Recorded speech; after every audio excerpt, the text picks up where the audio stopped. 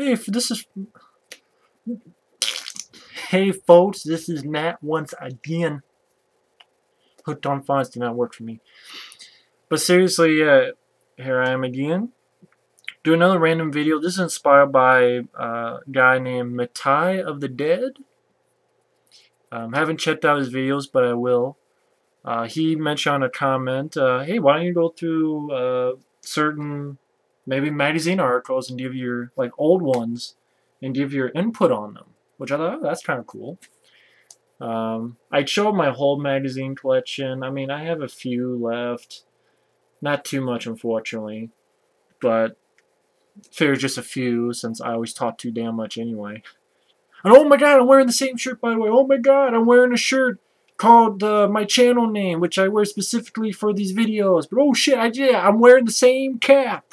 Even though, it says Rambo, and my name is Rambo Rat for Life. I'm like, I wonder why is he wearing that? Gee, I fucking wonder. Sorry. I had to make fun of that guy again. You're wearing the same shit. Gee, I wonder why. I wear this for the video and I take it off. And when it gets dirty enough, I then wash it. Yeah, sometimes you get brain damage. But where to start with first? I only picked a couple. Speaking of like old books and magazines, there was one that I always loved that I used to have, and it pisses me off that I don't have anymore. It was a long time ago, and I'm gonna try to describe it, but I don't think anyone will know what it is. Because it was one that there used to be this store called On Q. I don't know if anyone even remembers this. Probably never even heard of it. I think it got turned into Sam Goody or that kind of shit, or Circuits Sam Goody, I think. But it was originally a store called On Q, and I bought this book. It was a review book, a movie review book. But the thing is, like, you would open up. It was about this, maybe a bit bigger book, but it was like pretty thick. But it was it's like about that big. But you would flip through it, and basically it would give reviews, and like the lowest rating was a 6, and the highest rating was a 10. But what was nice, not only did it give you a review, each review had like a picture of the movie poster or the VHS cover. And granted, I think it was in black and white, but that was fine. I mean, it was like a bunch of reviews and be like a review, and you have like a picture of the cover about this big. I think it was in black and white. It's either the poster or the VHS cover. Then it would give like a rating, 6, 7, 8, and then it would give a review of it. I could never find that book again. I wish I knew what that was. I could never find that book again. I would love to have that book, but I could never find what the name of it was. No matter how hard I looked on the internet, but who knows? Maybe by some luck. But anyway, I guess the more interesting one would be this magazine's Sci-Fi World, because this is bad when Phantom Menace was coming out. And to flip through it real quick. The Sierra Club. Membership makes a monumental difference. Sierra Club worked to make Yosemite a national park to preserve it for generations to come. Yeah, because when I buy sci-fi magazines, I worry about the Sierra Club. Fucking shit. And Buffy the Vampire magazines. Fuck, man. What's this?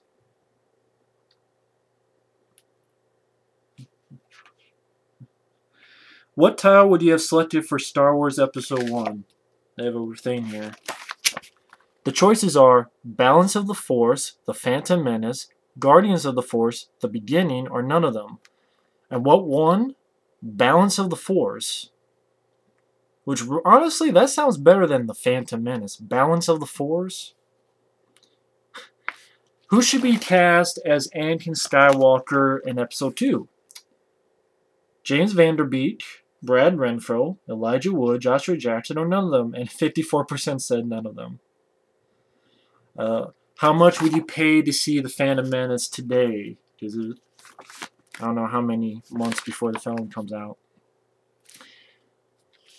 836 people said they would pay over $100. Now ask them that question today. 491 people said up to $100. Of those 148 people, not even for free. Let's see. Tells about the Phantom Menace, and then on the bottom here tells about Return of the Jedi. What's most surprising is that one of the shares Star Wars trilogies also stinker. Return of the Jedi may have earned box office money, but is easily the worst of the three. Well, I'm sorry, I like Return of the Jedi still. Plus, it came out on the day I was born, May 25th, 1983. That day I was born, Return of the Jedi came out. So I thought that was cool. And it talks about Star Wars, the original. Let's see. Yeah, this is all Star Wars. Most of it's Star Wars stuff. This is like reference to Star Wars, like on The Simpsons, Spaceballs. Miko's Ewok Celebration, 1983. Rap pioneer Duke Booty rhymes the names of Star Wars characters with nonsensical Ewok hoots and howls to make Miko's Ewok Celebration surprisingly catchy enough to crack the Billboard Top 40 in 1983. Holy shit. They talk about the Weird Al Yankovic song Yoda. Yeah, Yoda.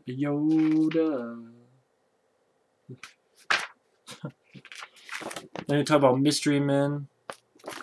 I wonder how many of you guys remember Mystery Men?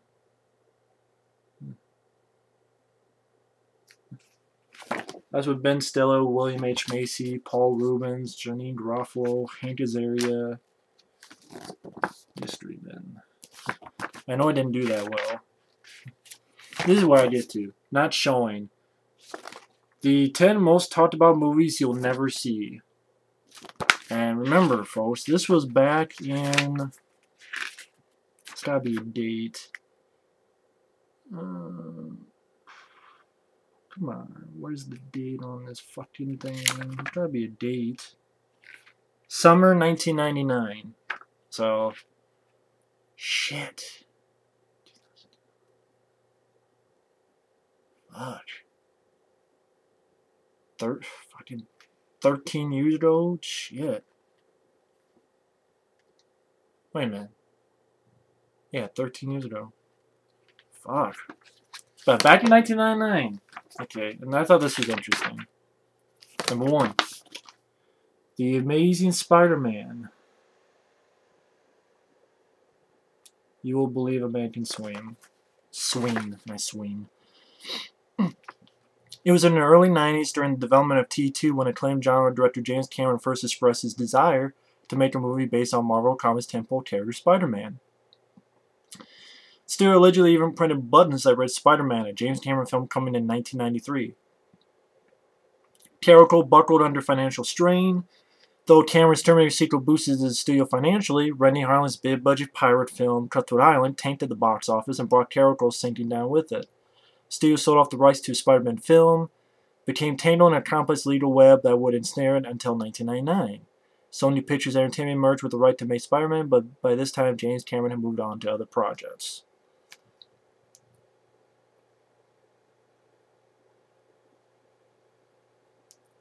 Let's see. And this is the plot of it. Because you have Peter Parker, dirty fucker, changes, he's Spider-Man. To help support his aunt and uncle, Parker performs amazing acrobatics on TV variety shows. The viewing public becomes enamored with the gymnastics of the web-slinging Marvel, but when Parker refuses to use his superhuman abilities to help a winded, portly police officer apprehend a fleeing mugger, Karma quickly swats him as Uncle Ben gets gunned down. Okay. Meanwhile, though the general TV viewing public assumes that Spider-Man is simply a clever gymnast, one man sees him for the mutant he is. That man is a multi-billionaire named Carlton.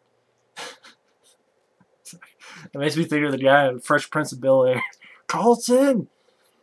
He's... I can't help it, though.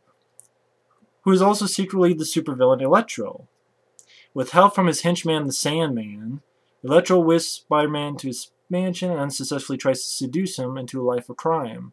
It doesn't work, and a fight ensues from which Spider-Man escapes alive, but a rivalry forms between the two that culminates in an explosive, high-voltage battle atop some of New York's tallest skyscrapers. Would have been interesting. Now that Sony has the rights to Spider-Man movie, expect the film to be fast-tracked for a possible summer 2001 release. Audiences are not likely to see Cameron's vision.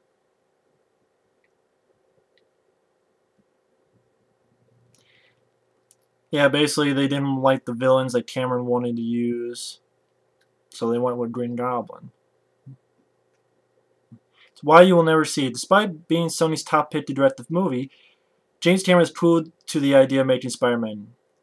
I'm 44, I make a movie every 2 or 3 years. It should be something that I create. I've always done that, with the exception of Aliens. The Terminator was my creation, so were Titan and the Abyss. With the amount of time and energy that I put into a film, it shouldn't be somebody else's superhero. I don't want to labor in somebody else's house.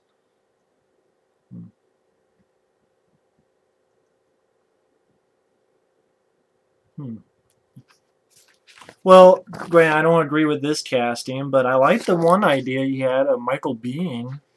I think there was an idea one time that Michael Biehn was going to be Spider-Man and he'd be actual man. I'd be happy with that. That's what I want to see. But not the... I mean, who knows? Maybe this would have been better than fucking Sammy Raimi's. I don't like Sam Raimi's Spider-Man movies. I'm sorry. So maybe this would have been better. Who knows? Stranger things have happened. This is the sad one. Crusade. It's easy to be. It's harder to become. Crusade. I wish this movie was made. It came down to a choice, and as it turns out, the wrong choice.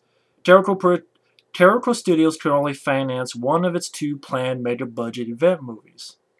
Crusade, directed by Paul Verhoeven and starring Arnold Schwarzenegger, or Cutthroat Island, a swashbuckling pirate film which Michael Douglas was attached to at the time.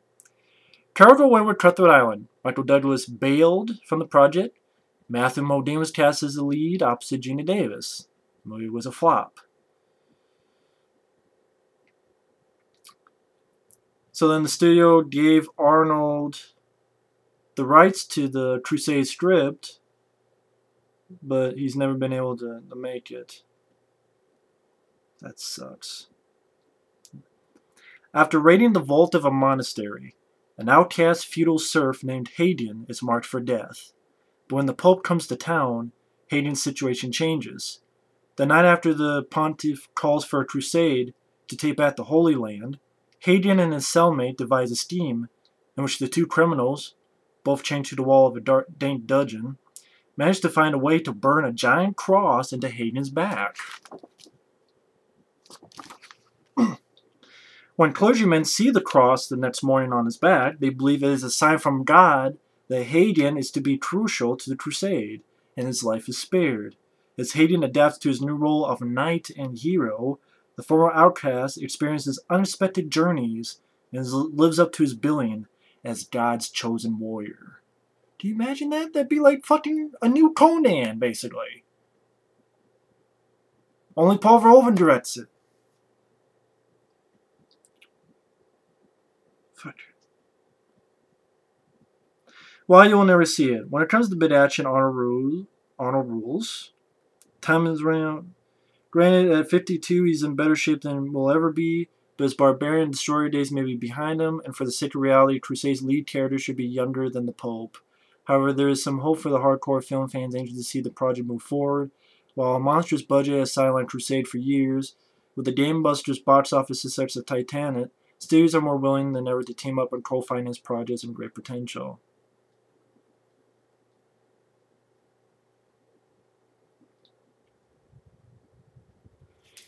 I wish Crusade happened. That sucks. Buckaroo Banzai 2. Wherever you go, there you are. Again. And yes, that's Jackie Chan as the villain. Because at the closing credits of Buckaroo Banzai, there was advertised a sequel. Buckaroo Banzai Against the World Crime League.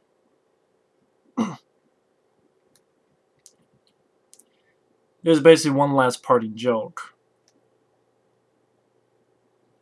The film's meteor box office performance seemed to guarantee that no sequel would ever get made.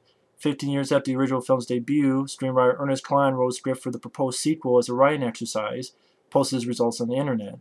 The excitement generated among online fans prompted a startup production company to buy the script from Cline and seek the rights to the sequel in hopes of producing an actual film. The production company failed to secure the sequel rights, and he was asked to remove the script from the web for copyright reasons. Buckaroo's second on-screen adventure is set about 5 years after the original. The Good Doctor is about to embark on another experiment in traveling through the 8th dimension, when a blue blaze irregular informs the Cavaliers that a team of assassins sent by Hanoi Zhan, played by Jackie Chan, is planning on assassinating the president. Having joined forces with the Red Lectroids from the first film, and in possession of the overthruster technology that allows travel through matter, Zhan kidnaps Banzai's wife and initiates a plot to destroy the world's governments and gain revenge against his greatest enemy. Will Team Banzai manage to infiltrate Zhan's jungle compound, rescue Penny, and save the world as we know it? It is many of their film's original stars, including Peter Weller, have expressed a strong interest in returning to play in the Banzai universe. At this time, W.D. Richter and screenwriter Earl McRauch were currently working on a pilot for a proposed Buckaroo Banzai weekly series. Of course, that never happened. Of course, even if it did, Jackie Chan probably wouldn't do it because he doesn't really play villains. He doesn't like playing villains. Just not his thing.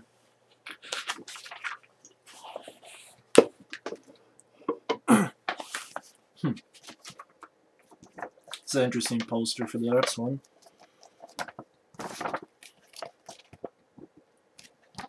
Batman Genesis. Yes, that is Sylvester Stallone and Kurt Russell. Kurt Russell as Commissioner Gordon.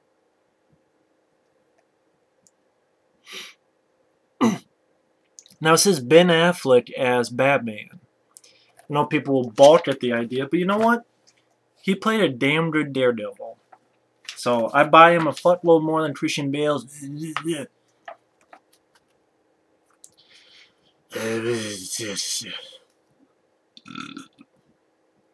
Sorry, Christian Bale's voice just fucking... Stop doing it that way. Before the release of Batman and Robin, plans seemed afoot for a 5th Batman film. Joel Schumacher possibly returned to direct, but then Batman and Robin flopped.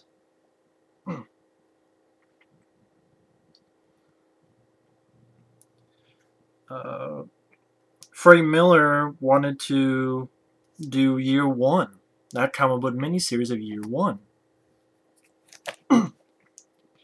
Miller's Year One story reaches back into Batman's past to tell of his first year as Gotham City's Avenging Angel. Bruce Wayne has returned from 12 years of crime-fighting education with the world's greatest minds. James Gordon, played by Kurt Russell, is a lieutenant just starting his beat in Gotham. And Selina Kyle's only a Catwoman in the sense that she keeps several felines as pets in her slim apartment. As Gordon fights corruption within the Gotham City police force, Bruce Wayne combats both criminals and the police as he struggles to forge a crime-fighting path for his new alter ego, the Batman.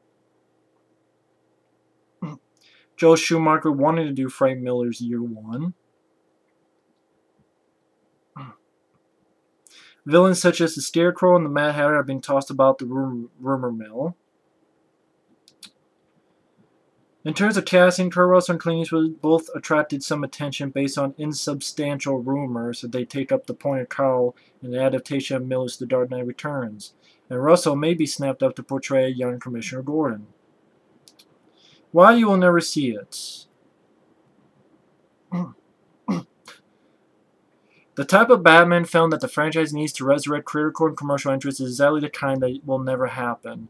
Joel Schumacher constantly raves about a Year One film adaptation, but the kind of gritty, low-budget, and potentially adult-oriented movie that Miller's classic comic book series suggests would never fly with Warner Brothers. Batman Begins: The Dark Knight. This is studio who allegedly sought to give Brainiac a gay robot sidekick for their recently shelved Superman Lives production. Yet, what happened? Yeah, Batman Begins in The Dark Knight. I like this poster. King Kong. Meet the real king of the jungle. Claire Danes, Christian Slater, and special effects by Rick Baker. See that? First rumblings of the Massive Apes' latest return to the screen came back in April 1996, when Universal Studios involved Peter Jackson in a King Kong remake after viewing his work on The Frighteners. Jackson and his longtime writing partner Fran Walsh set to work on a screenplay, while Jackson's Weta Studios whipped up a test reel of special effects work for Universal. Weta would have utilized puppets and CGI to realize Kong and his fellow prehistoric beasts on Skull Island. But then Peter Jackson got embroiled with Lord of the Rings.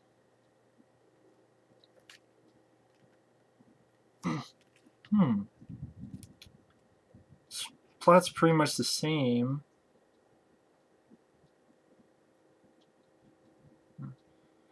Yeah, Jackson still seems excited about the Kong project. Well, why you will never see it. Universal is floundering big time. They need a few major hits under their belt. And with the so-so critical commercial performances of Godzilla and Mighty Joe Young, another giant monster movie just doesn't seem to be what the movie-going public is psyched to see. Well, obviously that happened. Unfortunately, it wasn't this. I'm sorry, I'm not a fan of King Kong and Peter Jackson. I'm not. I'm sorry. Speaking of which, Kelly Pratt and wow, Arnold Schwarzenegger. In the battle for survival of the fittest, the rules have changed. Planet of the Apes. Starring Arnold Schwarzenegger. I'd rather see that movie than fucking any of the Apes films we've gotten. Oliver Stone was the first producer attached to the project back in 1993, hiring Mad Max script writer Terry Hayes to provide the script for an all-new look at the Apes. From there, Arnold Schwarzenegger and director Philip Noyce became interested in the project, but it hit a snag. The Hayes script sucked. Attempting to salvage the remake of the Apes, Fox enlisted veteran director-producer Chris Columbus to guide the project. Project flowed in limbo for a while. Then, hot off Independence Day, Roland Emmerich and Dean Devlin were rumored to be interested in it before they had a falling out with Fox and were embarrassed by Godzilla. James Cameron also seen Nintendo bring his magic to Planet of the Apes, but when the studio didn't agree with the vision of the director, the two parted ways. I know one time Oliver Stone wanted to direct it as well. Obviously that didn't happen. After an alien spaceship crashes into New York Harbor, mankind is racked by a mysterious plague which cripples our ability to produce live offspring. A plague? Like Rise of the Apes? In a last-ditch effort to trace the origin of the biological menace and hopefully find a cure, acclaimed scientist Alexander Troy and his crew, including the beautiful Susan Landis, make a dangerous journey to the unknown regions of space beyond our solar system. Once there, the scientists discover an Earth-like world where technologically advanced apes rule and men are beast-like primitives. It turns out that the biological threat was developed by this race of intelligent apes, whose leadership discovered radio transmissions from Earth and is bent on destroying humankind. Separated from the other scientists, Troy and Landis must survive the perils of this planet of the apes, long enough to discover a cure to what ails our species and then find a way back home. And yes, I know people are going to say, like, you don't buy Arnold as a scientist. I don't care.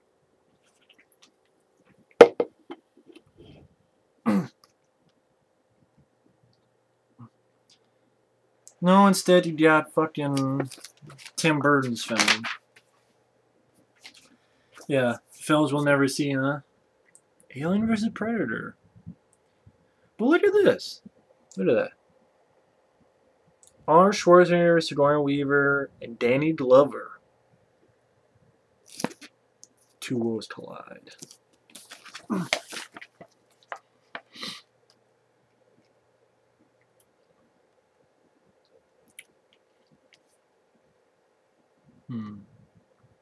Fox would eventually proceed with Alien Resurrection instead.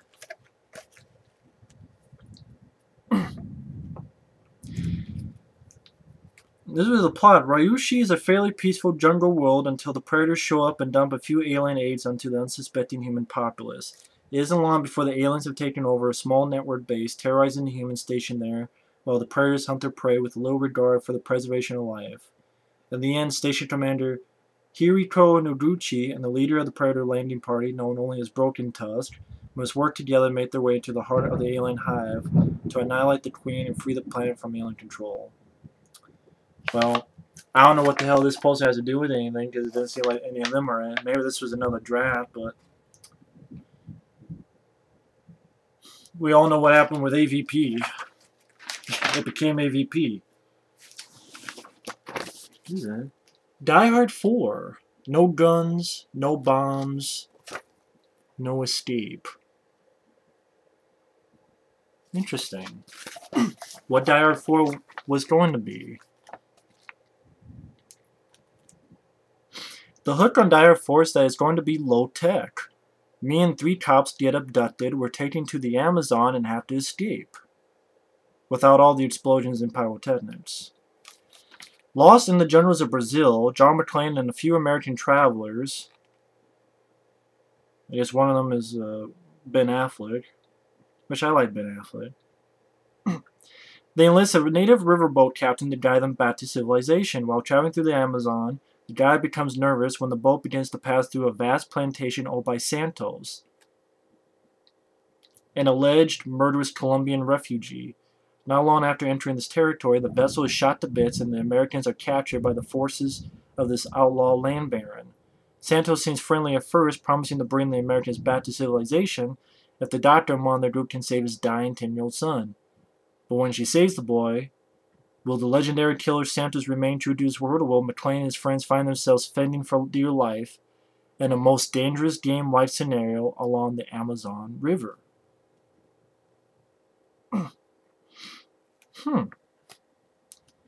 Sounds a fuck little better than going to Russia by Die Hard 5. At this point, Bruce Willis was saying, I don't want to play guys who walk down the road and blow people away anymore. I don't want to see myself anymore smiling on the screen after killing someone and then making a wisecrack. Well, things have definitely changed. Just when, you did those films and they flopped, you went back to this. But I would be interested to see that movie. I like Die Hard 4, but I'd be interested to see that movie.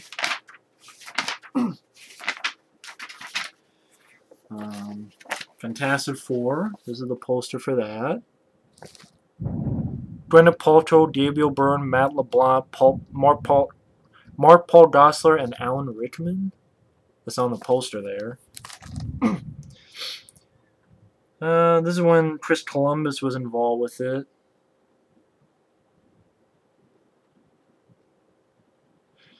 The adventure climaxes with a battle to the death against Dr. Doom in the skies above the Hudson River. His scheme to destroy New Earth through a massive hurricane and then remold all that's left of the Big Apple in his image. It's different. But they didn't do it because it would cost too much. And you have this, The Incredible Hulk. Johnny Depp, Jon Voight. Don't make him angry. You won't like him when he's angry. Let's see. Jonathan Hensleigh was announced by Universal Pictures as both screenwriter and director for the upcoming Hulk project. Jonathan Hensleigh is the guy who did The Punisher with Thomas Jane, which I like. Industrial Light and Magic joined the team, ILM, in 1997 to produce special effects. Screenwriter Michael France provided one final polish. Production suddenly halted in March 1998 for a short-term hiatus that was allegedly the result of demanded script changes to keep the film's budget down to a reasonable amount.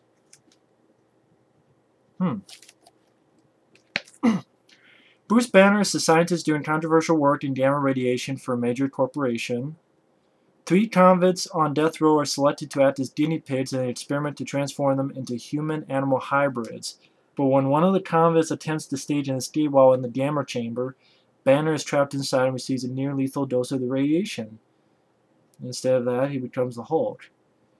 It'll soon come in handy as he must single-handedly retrieve the 3 escaped mutant criminals before they can do too much damage. Oh, that's interesting. But of course that never happened because they want to keep... Audiences may have seen Johnny Depp, Steve Buscemi, or Jeff Bridges in the starring role of Dr. Bruce Banner. Interesting. Oh yeah, then all their ideas for Indiana Jones 4. Let's see. The Law of One. See if these are right. I love Indiana Jones 4, but people bitch about them. These are the other ideas, folks. The Law of One. While on a guest teaching assignment of Stanford, Indiana Jones meets a girl named Annie, whose determination to learn about the ancient world rivals his own at that age. After she acts up in class, Indy disciplines Annie by making her sort through his storage room filled with boons from his many adventures. While the girl completes her penance, Chinese thugs bust into the facility, kidnap her, and steal an ancient Alexandrian tome from Indy's collection. What they've taken suggests to Indy that these villains may be close to uncovering the artifact responsible for the destruction of Atlantis. Raised in the States, Jones learns that Andy's mother is none other than Willie Scott from Temple of Doom. Or the Sons of Darkness. After an unexpected visit from the adventure-craving 11-year-old son that he never knew he had, Indiana Jones turns down a lead on the possible location of Noah's Ark offered by a mysterious Russian agent. Overhearing the offer, Lil Abner, his son, steals a plane ticket which takes him to Istanbul and to the custody of the rogue Russian military officer. It turns out this sinister Soviet is a Satan worshipper with plans of his own for the contents of the ancient sea vessel, and thus Indy is called to adventure. All that's needed from these Satanists for the resurrection of the true evil on earth is a skull from the Ark, Noah's Ark, and a child sacrifice. So basically, Satan worshippers, Noah's Ark, and child sacrifice. If you make that movie, people say, oh, it's too much like Temple of Doom, which people crapped on too. Of course, the one they did, the Saucer Men from Mars. The Garden of Immortal Peaches. Despite being haunted by a disastrous archaeological search for Sun Wukong's Garden of Immortality granting peaches in his past, Indiana Jones sets out after a new lead on the mythical Chinese location, now theorized to be set in the depths of primordial Africa. Always questing for eternal life, the Nazis butt Dr. Jones' every move in an attempt to capture the secrets of everlasting existence for their Führer. Yeah, okay, you want to bitch about Indiana Jones 4? We turned out a movie about peaches! That's right, peaches! Indiana Jones looking for peaches! Immortal peaches! Peaches that make you fucking immortal! You think fucking aliens are crazy? Peaches! Peaches! We're looking for peaches now! Fucking peaches! So you bitch about, oh, he could be looking for peaches! Not beaches, peaches! With a P! Peaches! It's like that song, millions of peaches. Peaches for me. Millions of peaches. Peaches for free. Fucking peaches. Fuck, that took 30 minutes. So I'm not gonna go too long on stuff. I mainly wanted to show that because the what if was kind of interesting. Let's see. Let's see. This one from Cinescape, which I don't have to cover anymore. Certain stuff is Glover feels flames heat.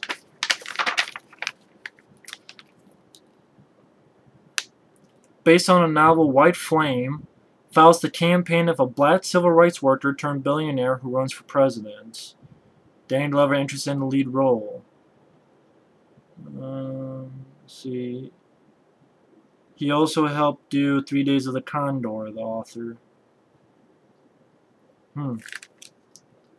Let's see.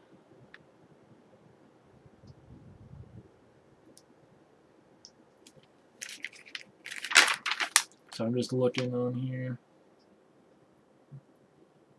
And something with Kiefer Sutherland. The Royal Way. Kiefer Sutherland will play Jack, an American archaeology student in the 1920s who is searching for a lost temple in the jungles of Southeast Asia. He soon gets mixed up in conflict between the colonial French army and Richard Harris, a Westerner who's become chief of one of the local tribes. Was this movie ever made? I don't remember this one.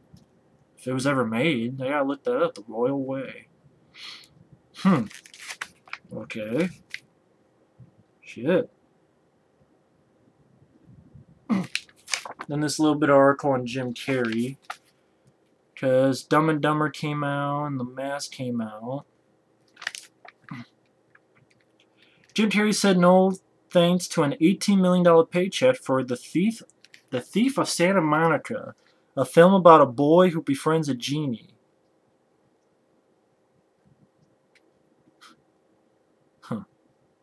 Why does that make me think of Kazam?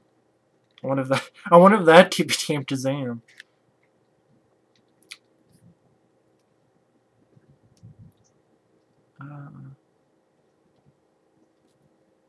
Keanu Reeves offered $7 million for an action film called Without Remorse, but he turned it down. Doesn't say what the film was about. Without Remorse.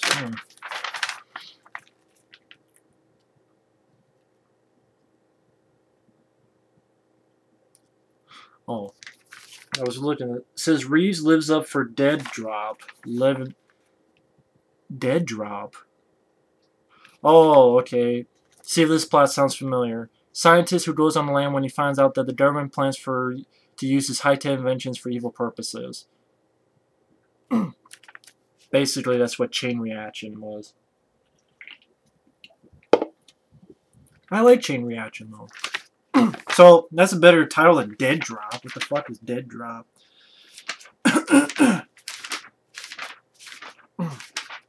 Just seeing if there's anything interesting. Sure. Outbreak. I love Outbreak. Talks about Outbreak. Shit.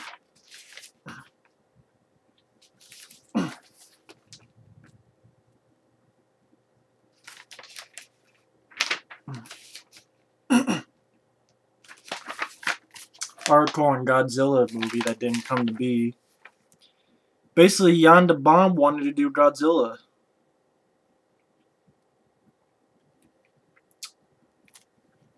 Let's see. Still enlisted Digital Domain to help. Fuck. Stan Winston came on board to do animatronics work for a Godzilla movie.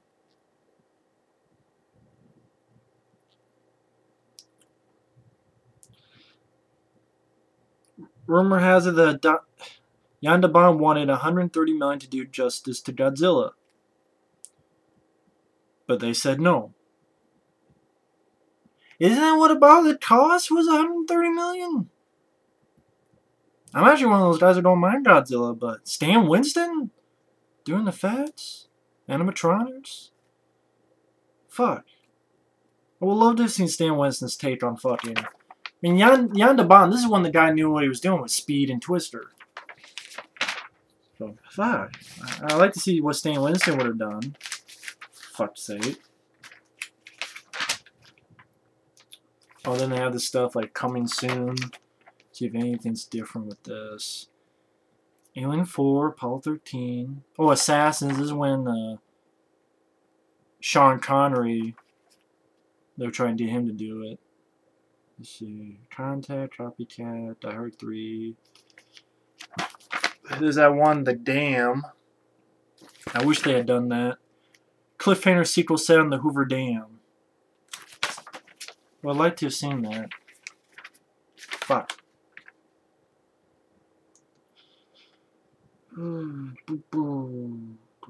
Just Dread. Fuck. Jumanji. Panther. Phantom.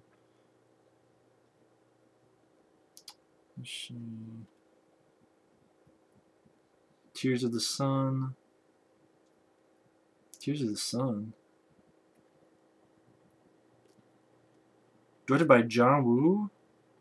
Latest stateside action effort by Hong Kong's Carnage team. It's Tears of the Sun. Definitely not the Tears of the Sun we got. Interesting.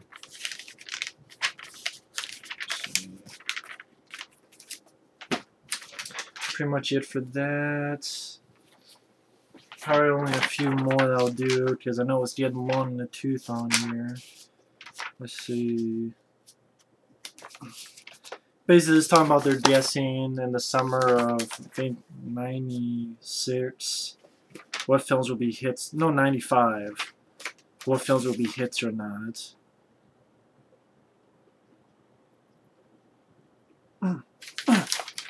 Like Cutthroat Island. Described as a wall-to-wall action film, the physical demands of the story reportedly were too daunting for original leading man Michael Douglas, who would have had a mere 2-week break after wrapping Disclosure before shipping out with Rennie Harlin for 4 months. Huh. Fucking bullshit. Oh, Under Siege 2. Let's see. After the well-documented departures of actor Gary Busey, which I don't know why the fuck would he cast him in the first place? He died in the first one. And various production personnel last summer, Warner Bros. Considers subbing director Peter MacDonald for Jeff Murphy to avoid a costly derailment. But Segal insisted that Jeff Murphy remain as director and then hired Eric Bogosian to replace Gary Busey. The ongoing changes and delays, plus the $40,000 cost of extinguishing a 200-acre brush fire touched off by the movie's locomotive near Boulder, reportedly upped the initial budget of the film. I had to read this. Also adding to the bill were the CIA consultants Segal hired to beef up the strategy of the story's counter-terrorists, making the film smarter and more realistic. Yeah, because Under Siege 2, it's smarter and more realistic. I like Under Siege 2, but come on. The CIA, Segal, stop with the CIA, the FBI, or the WNBA. Stop it. Or McG, or McD's. Or BK, or KFC. Stop it. CIA consultants. Jesus Christ.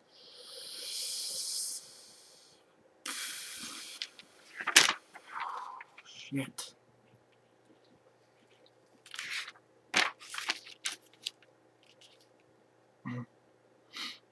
Okay. Johnny Mnemonic. Wow. Val Kilmer had been signed to play the lead, but his interpretation of the role led to him getting kicked out. So the producers signed Keanu Reeves. Interesting. Val Kilmer was going to do it at first. I guess that's when he took Batman. Let's see. You got Species. You have Congo. Casper. Judge Dredd.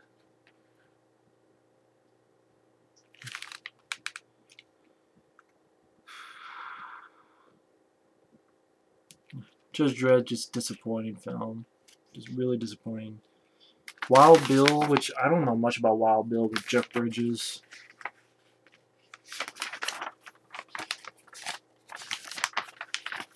Power Rangers, Fair Game. Waterworld, Waterworld. Hurricane Threats, man. All that shit that went on with Waterworld is just fucking crazy. Langoliers, Cameron's Web, and Spider-Man. Once again.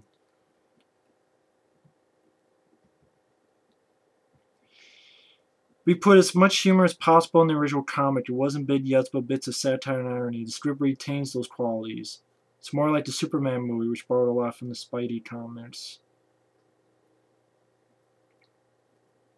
Man.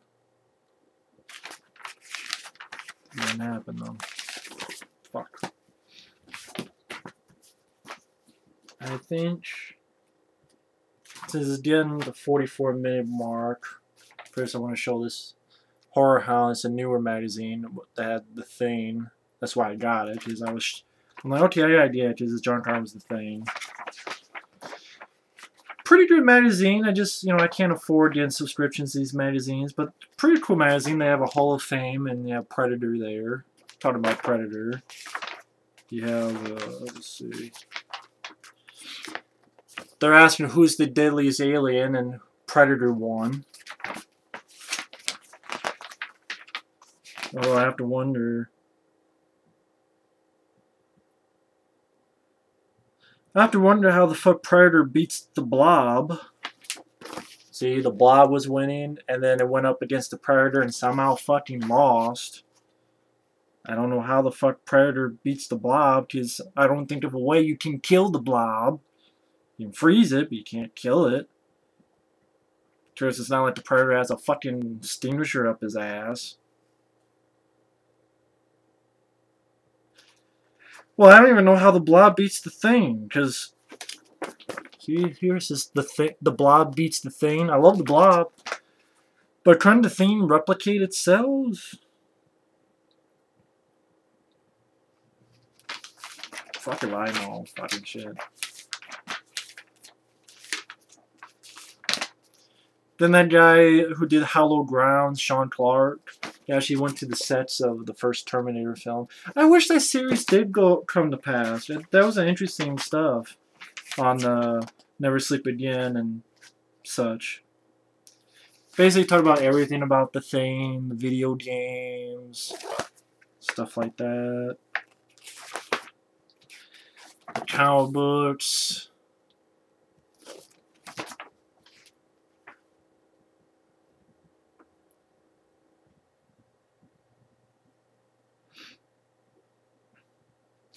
I like this quote by John Carpenter, because he knows how the Thing was not really well received. And he's like, hated, not just not well received, intensely disliked, especially by fans. You should have been me then. I didn't think it was ironic in those days. I got fired off from a movie because of that reaction. I was going to do Firestarter. I had a big budget, and they canned my ass, threw me off. I was out of a job. I was unemployed. Can you imagine that? John Carpenter makes one of the best horror films of all time, The Thing, and he gets fired from Firestarter. I want to see what he would have done with Firestarter. For fuck's sake. But I like this. To wrap this up, you now have a huge fan base of The Thing. The fan base you should have had in the early 80s. So what would you like to say to those fans? Absolutely, to my heart, flattered and delighted that people love The Thing. And I am happy that they found it. Because they found it on home video. They didn't find it in the theaters. It just makes me feel great. It feels good. And you deserve it, man. They even gave a note to the original The Thing.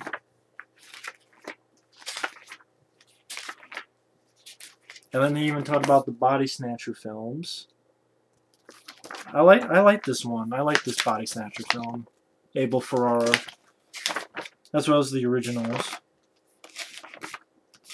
I wish I could get more of these magazines, but again, they were just $7, $8 for a magazine. It's when you don't have much money, it's hard to cough up that dough. It really is. I would love to have seen more of these magazines, though. I really would. Even though it tells about the fucking Thing prequel. It does talk about the Thing prequel, but it gives a lot more love. I mean, look at this cover. It gives this love to the classic. I think this is the only Horror Hound magazine I have, but I would like to have seen more of them. But I'll end it there. Real quick, like I have this one called Wicked, which basically gives their 50 favorite horror films of all time.